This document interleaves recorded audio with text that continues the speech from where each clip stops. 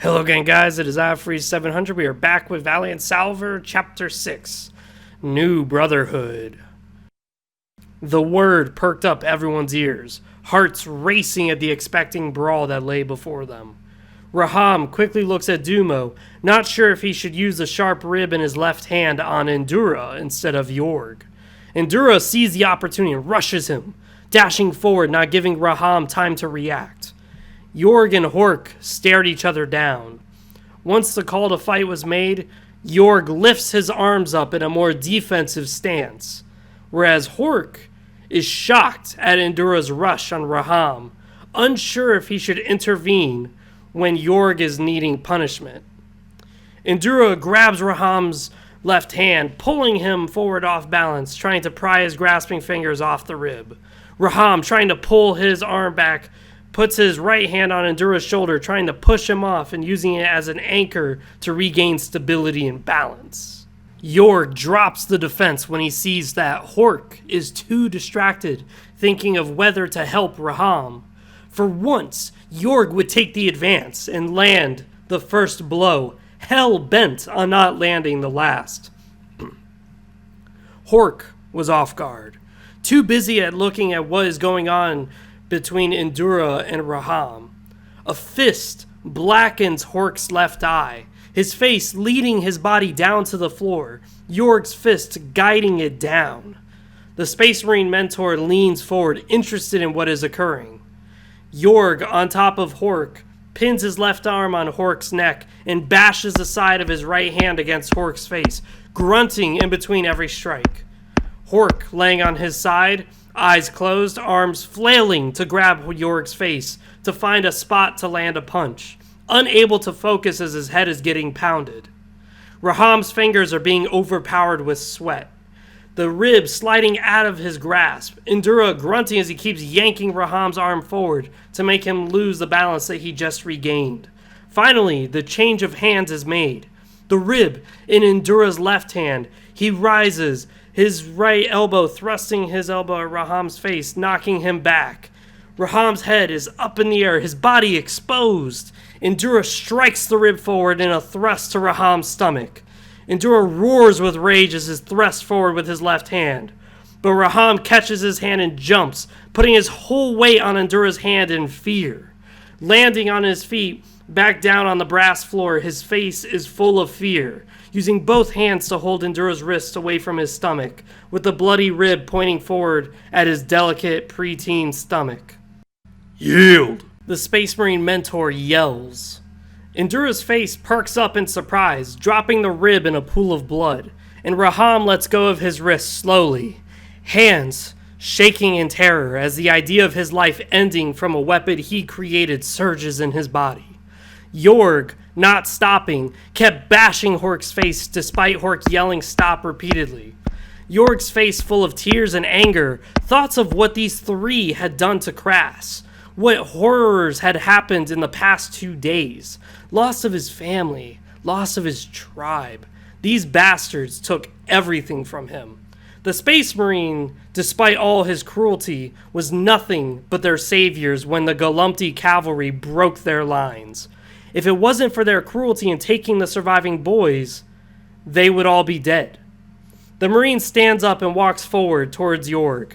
He grabs his fist mid-bash, lifts Jorg in the air with one hand, bringing Jorg's face to his helmet. You have finally proven yourself. Good job, Jorg. Jorg wipes the tears from his eyes with his free hand and finally takes a deep breath. Gazing over at Endura, having completely lost focus of what he was going through with Raham. Raham had piss down his thighs and a broken rib in front of his feet, trying to regain his breath. His breathing quivered with fear. His hands kept shaking. Endura already walking towards a corner, his back to Raham. His shoulders and pecs flexed, face scowling in anger. The Marine puts Jorg down slowly and gazes at all 4 of the boys. Great job, all 3 of you. Endura, great strategy pinning your enemy's weapon hand and using it against him. Raham, great idea using a makeshift shiv. The Marine gazes at Dumo, You chose a poor ally. pointing at Hork. Hork, rising his body up slowly, his left face swollen red, and a closed black eye. He's a fucking pussy attacking me when I wasn't ready. You are a fool to look away from your opponent trying to help an ally. If your ally loses, that's his problem. Clearly he isn't strong enough to be your ally if he loses.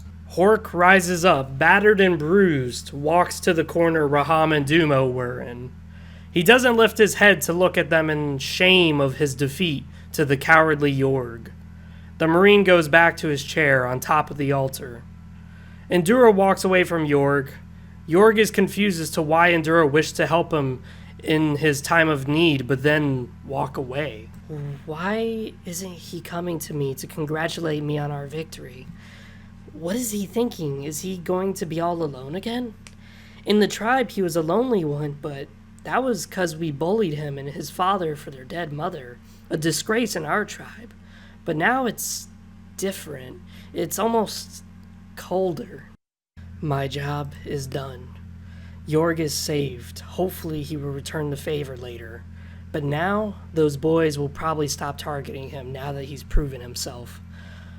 Hopefully, he will actually prove useful to me. The room was quiet, the boys looking around at each other's bodies to see what damage was caused during the sparring match. Numid still has tears gliding down his face, but stifling his cries. His face a mixture of hatred and pain. New bruises developed on his face and forearms. Bonnet took some damage as well, sporting new bruises and red marks along his stomach and sides. Little did he know that his kidneys got punched, but soon he would know what that pain was like, to feel the flanks of his lower back ache and convulse in waves of pain. Endura gained a bruise on his back from Raham using his other arm to get Endura off of him. Hork's face was disfigured, Jorg's hand bloodied and hair in a mess from Hork's hand trying to grab a hold of his face. Dumo had next to no damage, as his opponent and him were more busy watching rather than fighting, something that they would have been yelled at had the Marine not been focused too on what was developing between the four boys. The slaves enter again, this time with a large stick that had a rolled up tapestry on the top. They approach the altar the Marine is sitting, and stab the wooden rod into a tiny hole next to the Marine's position. The Marine clears his throat, motions his hand for everyone to gather around him. All the boys walk over, staring in curiosity as to what it is that was placed in the room. Today will be education, and you will learn what our Brotherhood is, what our purpose is as... Raises his hand, pulling on the string, tying up the tapestry, letting it roll down in a dramatic fashion. A Marine Malevolent. This symbol you will study and learn exactly how to replicate it from memory. It is a valuable symbol that strikes fear in our enemies, but shows ownership to our allies.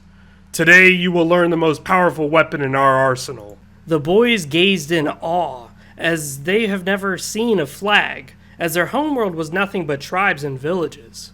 The yellow tapestry held a black symbol of a lightning bolt that had wings.